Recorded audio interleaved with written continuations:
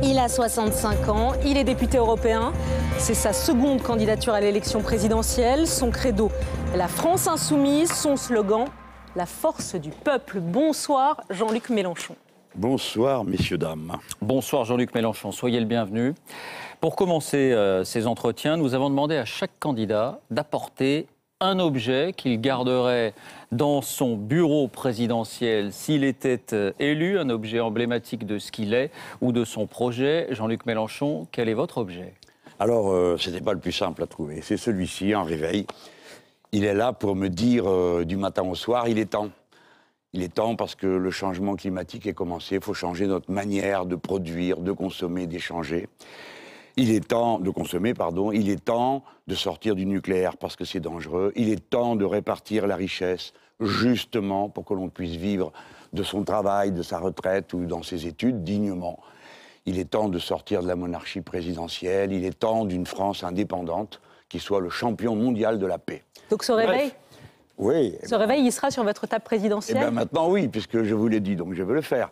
Et je me dirais, tâche de te rendre utile, profite du temps qui passe, tâche de te rendre utile et tu seras heureux. Et j'ai le même message à apporter à nos compatriotes. Tâchons de nous rendre utiles à l'humanité et nous vivrons heureux.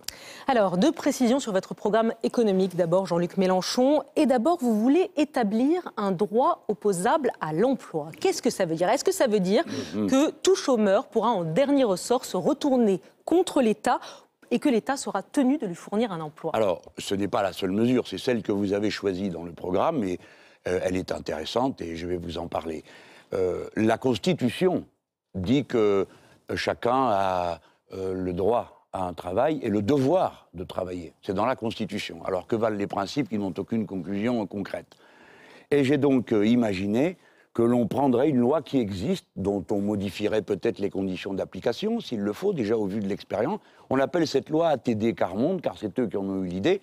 Et c'est un député, je crois, du PS, M. Grand-Guillaume, qui l'a porté. Elle a été adoptée à l'unanimité. Ça signifie que toute personne qui est un chômeur de longue durée représente un coût, de toute façon, des allocations, des aménagements ici ou là de prestations. Bref, plutôt que l'argent vienne de cette façon, on le concentre pour en faire un salaire et on le complète.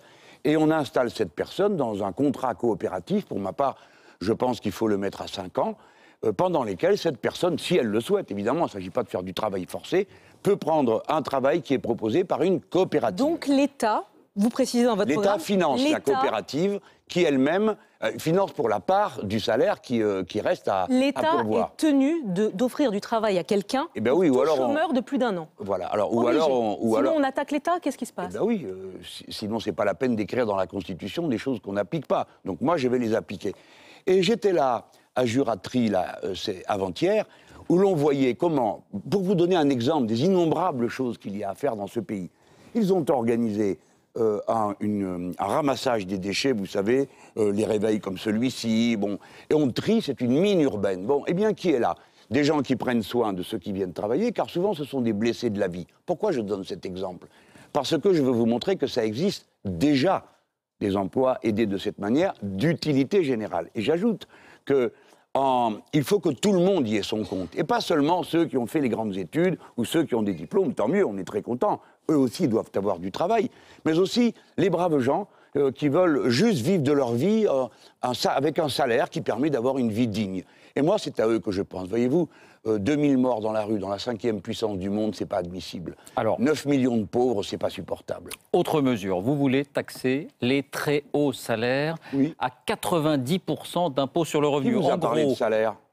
Les revenus. Oui, c'est ça. Les revenus en général. En gros, à partir de 30 ou 35 000 euros par mois, l'État prend quasiment tout. Est-ce que ça concerne tout le monde, y compris les créateurs, les artistes, les footballeurs, les sportifs? Je m'attendais aux footballeurs, mais ce n'est pas le cas le plus courant.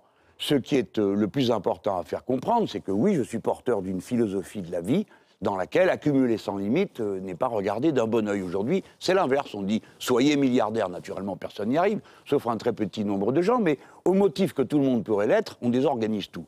Donc oui, en effet, à partir d'un certain niveau, comme l'ont fait les États-Unis d'Amérique un temps, on taxe à 90%, parce qu'à 100%, ça serait confiscatoire, et ce n'est pas possible. C'est l'idée d'un salaire maximum. Alors voilà. Alors il y a deux aspects. Il y a le revenu maximum, puisque de toute façon, en haut de la fourchette de l'impôt, vous savez que je crée 14 tranches d'impôt pour lisser l'effort, pour que la classe moyenne cesse de tout porter sur son dos, puisque certains ne veulent pas payer alors qu'ils ont beaucoup. Donc je lisse, et la dernière tranche, en effet, on prend le 90%, ce qui leur laisse 34 000 euros par mois, ça va. Est-ce que vous ne craignez pas, Jean-Luc Mélenchon, dans un monde ouvert, que les créateurs, notamment... Non, je ne le crains pas. Décident de s'installer ailleurs? Voilà, je ne le crains pas. Et ceci pour deux raisons. La première, c'est que beaucoup d'entre eux sont des patriotes et aiment leur patrie. Et ne partent pas simplement à la raison de leur portefeuille. La deuxième raison, c'est que ça concerne très peu de monde. Vous savez, plus de 34 000 euros. Et qui plus est, moi, mon but n'est pas de confisquer. C'est pas ça mon objectif. Mon objectif, c'est que chacun contribue à proportion de ses moyens. Par conséquent, je suis tout à fait disposé à ce qu'on examine un statut fiscal particulier pour les gens dont les revenus connaissent de très fortes variations d'une année sur l'autre. Les footballeurs, par exemple, qui jouent pendant 10 ans et puis... Ben voilà, à partir d'un certain âge, je ne sais plus lequel d'ailleurs, pouf, ils ne peuvent plus jouer au football au même niveau. Bon, ben, on peut parfaitement imaginer que pendant une série d'années, ils ont un impôt qui est proportionnel, mais qui tient compte du fait qu'une partie est mise en réserve pour qu'on puisse évaluer la somme à la fin. Tout ça, c'est de la technique. Ce qui compte, c'est de dire tout le monde participe à proportion de ses moyens. Et on cesse avec la situation actuelle. Quant à ceux qui se sauveraient, ils peuvent aller où ils veulent. Je les encourage à voyager dans le monde tant qu'ils veulent. Pas en avion parce que c'est polluant. Mais ils peuvent faire comme ils veulent. De toute façon, l'impôt sera universel. Il suffit d'être français et dès lors, on paiera son impôt où que l'on soit à la France. Pour la part qui reste à payer, car naturellement, on paye les impôts dans le pays où on est, n'est-ce pas ? Jean-Luc Mélenchon, vous disposez, comme à chacun des autres candidats, d'une carte blanche, une carte maîtresse, c'est-à-dire une mesure que vous avez portée durant cette campagne et sur laquelle vous avez envie de revenir aujourd'hui à 3 jours du vote. Merci, oui, parce que c'est très difficile de savoir laquelle, quand vous en avez 357 dans votre livret. Mais j'ai pensé que la plus importante, et qui résumerait peut-être le mieux cette idée de la force du peuple, c'est qu'il est temps d'abolir la monarchie présidentielle et de mettre fin au règne de la caste, qui est là, à cheval entre les affaires privées et les affaires de l'État, qui commande à tout, qui le plus souvent est absolument impuni, quoi qu'elle fasse, et qui dirige les affaires générales en fonction de son intérêt. C'est la raison pour laquelle je pense qu'il faut qu'on convoque une assemblée constituante où le peuple redéfinira la règle du jeu politique du pays, ce qui est permis, ce qui est interdit, et ce qu'il faut faire et quels sont les droits que chacun se reconnaît mutuellement. À quel moment, ça sera un moment de refondation du peuple français. À quel moment, juste après votre élection ? Alors oui, mais de toute façon, il n'y a pas le feu. Donc on commence par convoquer la constituante, ils prennent le temps qu'il faut pour travailler sur le sujet. Ce seront des gens qui n'auront été élus nulle part avant pour qu'ils ne soient pas pris dans les routines. Et pendant ce temps... Est-ce qu'ils seront tirés au sort ? Alors moi, je pense qu'il faut qu'il y ait une partie qui soit tirée au sort, bien sûr. C'est-à-dire que notre nouvelle constitution sera établie par des gens qui sont tirés au sort ? Alors non.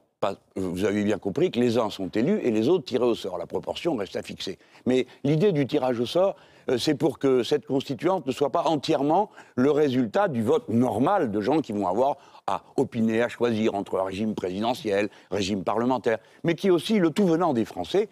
Vous savez, les jurys d'assises, c'est quand même ceux qui prennent les décisions les plus graves. La perpétuité, autrefois, c'était même la peine de mort. Peut-être plus simple quand même, et encadré par des magistrats, que d'écrire, de proposer une nouvelle constitution. Oui, mais les gens ne sont pas fous, ils ne sont pas bêtes. Sans doute faudra-t-il qu'il y ait une proposition au départ, pourquoi pas. Le président ou le gouvernement en fera une, et puis ensuite ils travailleront. Mais pendant qu'ils font ça, naturellement, le pays est gouverné. Il est gouverné dans le cadre de la Ve République et avec les moyens de la Ve République. Et faites-moi confiance pour en exercer tous les pouvoirs. Mais alors, dans cette nouvelle constitution, vous préconisez la mise en place d'un référendum révocatoire. C'est-à-dire qu'1 million, peut-être 1,5 million, 2 millions de personnes pourraient signer et qu'un référendum se tiendrait pour ou contre le chef de l'État. Tout le monde, même le conseiller général du coin, le maire, voilà. À tous les niveaux, mais y compris à celui du chef de l'État. Oui. Est-ce que dans l'état politique du pays, on voit que c'est très clivé, où on voit que c'est très opposé, que c'est très tendu, ça ne rend pas la France ingouvernable? Non, parce que d'abord, il ne faut pas croire que les Français sont une bande d'agités qui à tout moment veulent intervenir et tout chambouler. Ils veulent à la fois la stabilité des institutions, et moi j'en suis d'accord, je ne suis pas un homme de pagaille, et deuxièmement, ils veulent pouvoir intervenir de manière décisive.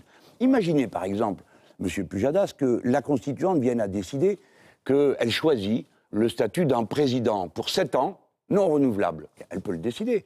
Eh bien, vous aurez en cours de parcours la possibilité de lui dire « Ah ben non, ça ne sera pas 7 ans, ça sera que 4 ans ou ça sera que 5 ans. » Et voyez l'état de l'opinion sur le précédent quinquennat ou celui d'avant. Mais M. Il y a Pujadas... une opposition. Oui, mais les institutions vive. sont faites pour organiser pacifiquement la vie d'un peuple agité comme le nôtre. Bon, et passionné. Eh ben voilà. Alors si Et vous n'avez pas avez peur des que raisons... ça soit ingouvernable? Jamais de la vie. Pourquoi serait-il ingouvernable? J'ai vu, il y a 2 États américains qui font ça, il y a 2 ou 3 États latino-américains, c'est pas la pagaille permanente, c'est l'inverse. Mais les gens ont le pouvoir, vous comprenez? Ça change la mentalité de tout le monde.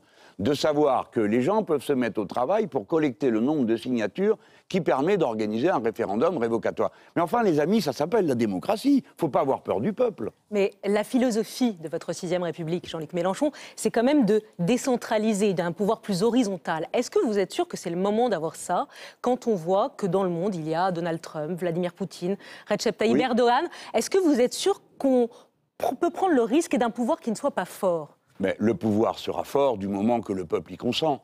Aucun pouvoir n'est fort si personne n'en veut. Vous pouvez imaginer un président de la République qui a les pouvoirs monarchiques qu'a celui-ci aujourd'hui, et vous voyez bien que ça ne lui réussit pas. Vous ne pouvez pas appeler un pouvoir fort ce qui existe en ce moment. On n'est fort que du soutien populaire et de son appui. Et lorsqu'on ne l'a plus, eh ben on s'en va. Le général de Gaulle a fait ça. Hein. Le jour où il a proposé un référendum, les gens ont dit non, il est parti. C'est les autres depuis qui s'accrochent, quel que soit le vote. Mais justement, ça semble étonnant, vous qui citez souvent le général de Gaulle, l'esprit, si, vous le soutenez pas mal dans vos discours, l'esprit de la Ve République, cette rencontre d'un homme et d'un peuple, c'est tellement vous. Alors pourquoi vous voulez tellement changer? Mais parce que, vous êtes bien aimable de dire que c'est tout à fait moi, mais moi je ne me représente pas les choses comme ça. Je pense que la force vient de l'intelligence collective. Bien sûr, chacun doit assurer le rôle qui lui est confié, le mandat. Mais il faut rester sous le contrôle et un rapport. Un chef d'État, un maire, un conseiller général qui ne parlerait avec personne, qui n'essaye de convaincre personne, ce n'est pas un élu du peuple, c'est autre chose. Nous ne sommes pas dans un régime aristocratique, nous sommes dans un régime démocratique. Faites confiance à l'intelligence des gens. Faites confiance à l'intelligence collective et vous verrez, ça marchera parce que notre peuple est cultivé, notre peuple est éduqué. Et puis je vais vous dire une chose, une constituante, la première fonction que ça remplit, c'est de refonder le peuple français. Parce que les gens vont discuter, comme en ce moment pour les présidentielles, ça discute dans toutes les familles. Eh bien, imaginez-vous une constituante, les gens discuteront. Que préfères-tu ceci, J'ai entendu dire qu'ils veulent reconnaître des droits à la nature. L'autre dira, mais ça va pas. Pourquoi? Quelle drôle d'idée. Et ainsi de suite. Ou aux animaux. Aux animaux, monsieur Mélenchon, où allez-vous? Et ainsi de suite. Et cette passion collective reformatera le peuple français, qui a tellement changé depuis le début de la Ve République. C'est plus un peuple rural, c'est un peuple métissé, c'est un peuple qui va et qui vient. Allez, c'est le moment de refonder la France ensemble, et comme ça, elle sera à nous tous. Alors, 2 questions de politique étrangère. On vous caricature parfois par rapport à la Russie. Mais quand vous dites que vous voulez sortir de l'OTAN, que vous vous défiez de l'OTAN, que vous ne voulez pas d'une Europe de la défense parce que ce serait la guerre, dites-vous, ou qu'on pourrait renégocier les frontières en Europe, est-ce que ça ne vous place pas, de fait, du côté de la Russie?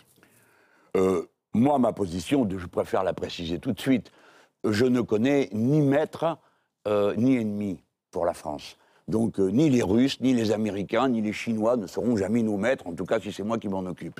Et ce ne sont pas non plus des ennemis, parce que la France a toujours reconnu des nations et non pas des régimes ou des personnes. Donc, voilà. Dans les objections qu'on me présente, souvent, elles ne sont pas sérieuses. Il faudrait... Alors, je parle de ces 3 projets, parce que on a l'impression quand même que vous changez la France de position. Traditionnellement, nos alliés... c'est les États-Unis, c'est l'Occident, et que vous la recentrez, que vous la ramenez un peu vers la Russie. Vous avez raison. Moi, je suis pour une France indépendante qui soit champion du monde de la paix. Donc très, très orientée vers le système ONU. Parce que c'est la seule organisation dans laquelle toutes les nations sont représentées et peuvent prendre part. Je ne suis donc hostile au G8, les G20 et tous ces petits clubs de riches qui font la loi dans le monde. Il vaut mieux aller à l'ONU, discuter, avancer. Beaucoup de choses avancent grâce à l'ONU. Et aujourd'hui, l'ONU est menacée par la politique des États-Unis d'Amérique, qui retirent leur crédit ici, retirent leur crédit là, et par conséquent affaiblit l'institution universelle. Elle est menacée par les divisions du monde, comme au temps de la guerre froide, quand l'un met son droit de veto, ça paralyse tout. Oui, mais il y a quand même du bon à se parler, et c'est mieux que de jouer des muscles, d'amener des canonnières tous les 5 minutes. Mais sur le fond, Jean-Luc pour l'OTAN, venons sur l'OTAN. L'OTAN est une alliance militaire qui a été créée à l'époque où il y avait la guerre froide et où la France avait déjà une position singulière, vous voudrez bien vous en souvenir, puisque la défense, la dissuasion nucléaire est une dissuasion affirmée par le général de Gaulle comme une dissuasion tous azimuts. Et alors on lui disait comment tous azimuts, monsieur le général, vous mettez sur le même plan les Russes et les Américains. Le général disait je ne m'occupe que d'une chose, de l'indépendance de la France. Et bien moi pareil, je suis dans la tradition, là je l'admets, gaulo-mitterrandienne. Je crois à l'indépendance de la France par-dessus tout. L'OTAN. François Mitterrand, c'était aussi les SS-20 face les mais Pershing face aux je n'ai SS-20. pas changé d'avis. Alors je veux vous reprendre sur un point. Je n'ai jamais proposé une conférence pour rediscuter les frontières Non, de l'Europe. mais vous laissez l'idée ouverte. Non, Vous mais laissez l'idée ouverte. écoutez, les frontières ont été remises en cause. La Russie, eh bien maintenant, a bien la Crimée dans ses rangs. Est-ce que vous êtes d'accord pour que la frontière change sans qu'on ait rien à dire ? Alors qu'est-ce qu'on fait ? Il y a deux solutions. La première solution, c'est de dire on l'admet pas, on met des troupes, on met des armées, et à la fin, ça va finir par prendre feu. Et moi, je suis contre ça. Voilà pourquoi je ne veux pas de l'OTAN. Je me permets de vous dire que les 10 jours qui viennent de passer m'ont donné singulièrement raison. Monsieur Trump a décidé un bombardement sans rien demander à personne. À personne, tout seul, même pas à son propre congrès. Vous voyez bien dans quoi on est entraîné par cet homme, si on se laisse aller. Donc cette conférence, madame, la conférence s'appelle OSCE, l'organisme existe. Et on discutera des frontières qui ont été modifiées pour commencer. Et si les Russes nous disent, nous nous sentons menacés à cause de votre comportement avec les missiles antimissiles que vous avez installés en Pologne, nous leur dirons, ben vous, retirez les vôtres aussi, qui sont à la frontière. On parlera, depuis Helsinki et les années 70, on ne parle plus de paix, on ne parle plus de désarmement nucléaire. Tout de même, c'est une grande question. D'un mot sur l'Europe, parce que le temps presse, je vous demanderai d'être très court. Vous avez cité le général de Gaulle, vous avez cité François Mitterrand. Les deux ont scellé la grande alliance avec l'Allemagne depuis 70 ans, notre choix stratégique. Est-ce que vous serez celui qui assumera de casser ce couple franco-allemand ? Mais jamais de la vie, pourquoi le ferais-je ? Il s'agit d'avoir un dialogue avec l'Allemagne et une négociation. Pour l'instant, les présidents français se contentent d'arriver et de demander où on signe. Tout ça est absurde. 2 présidents français ont trahi la parole du peuple. La première fois, ils avaient voté non, il a signé oui, c'est M. Sarkozy. Et le second a dit, je vais renégocier les traités budgétaires. Et il n'a rien renégocié du tout. Donc, on aura... Il y a eu un nein de Mme Merkel. Non. Mme Merkel, personne ne lui a demandé quelque chose. Donc, nous allons avoir une discussion. Les Allemands ne sont ni nos ennemis, ni nos maîtres. Ce sont nos partenaires. Et nous devons expliquer avec eux la difficulté dans laquelle se trouve la deuxième économie du continent. C'est ça la discussion. Et on va leur dire, il y a 4 lignes qu'il faut changer. 1, la Banque centrale ne peut plus s'occuper, européenne, que de la stabilité des prix. Deuxièmement, il faut harmoniser socialement, donc stopper avec l'interdiction. Harmoniser fiscalement, donc M. Juncker est prié de nous rendre notre argent. Ensuite, nous devons avoir sur les frontières de l'Europe un protectionnisme solidaire. Et enfin, on ne peut pas accepter comme seule norme les politiques d'austérité. Et si c'est nine, est-ce que vous nous le dites à 3 jours du vote, on sort de l'Union européenne ? Mais vous comptez que je vais vous dire ça sur le plateau ? À qui vous croyez que vous parlez ? Je m'apprête à gouverner ce pays. Et vous croyez que je vais vous dire là pour vous faire plaisir ? Non, je lis votre voilà programme. Comment je vais négocier et voilà ce que je ferai. Voilà. Non, j'ai dit ce que j'avais à dire. Il y a 4 questions qui doivent être modifiées. Nous discuterons. Mais l'idée que la France puisse se laisser dominer et contraindre à quelque chose dont elle ne veut pas n'existera pas avec moi. C'est pourquoi je dis, on la change ou on la quitte. Mais je pense que nos partenaires voudront que nous restions parce qu'il n'y a pas d'Europe sans la France, vous le savez ? Allez, Il nous reste 1 minute et on a 2 questions à vous poser avec des réponses sans doute rapides. Oui, mais parce c'est que c'est des rapide, questions Oui, un peu plus personnelles. D'abord sur votre parcours. On a retrouvé cette photo où vous étiez jeune sénateur aux côtés de François Mitterrand. Je n'étais plus si jeune que ça à l'époque et ma cravate est épouvantable. Est-ce que vous avez envisagé un jour, Jean-Luc Mélenchon, de faire autre chose que de la politique ? Ça s'est trouvé que ma vie m'y poussait et que les circonstances m'ont permis de le faire dans une très grande liberté. Car véritablement, j'ai énervé beaucoup de monde, tellement mon esprit est indépendant. Et je crois même que j'ai agacé plus d'une fois le président Mitterrand qui me disait en commençant un entretien, s'il vous plaît, pas votre catéchisme. Dernière question, et ce sera la même. Mais je l'aimais beaucoup et j'essaye de mettre mes pas dans les siens. Quant au bilan que je fais de la politique, eh ben le voici. Voici un bilan et ça vaut mieux que tous les procès sans conclusion. Ce sera la conclusion de cet entretien et ce sera la même question pour tout le monde. La campagne arrive à son terme. Est-ce que vous avez un regret sur cette campagne, quelque chose que vous n'avez pas fait ou quelque chose que vous avez dit que vous regrettez en 15 secondes ? Dans la campagne ? Oui. Non.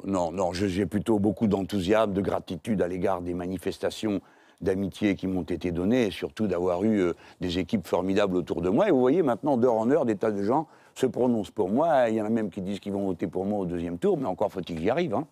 Ben voilà, le rouge s'allume. Merci Jean-Luc Mélenchon et à tout à l'heure pour votre conclusion. Deuxième candidat à nous rejoindre.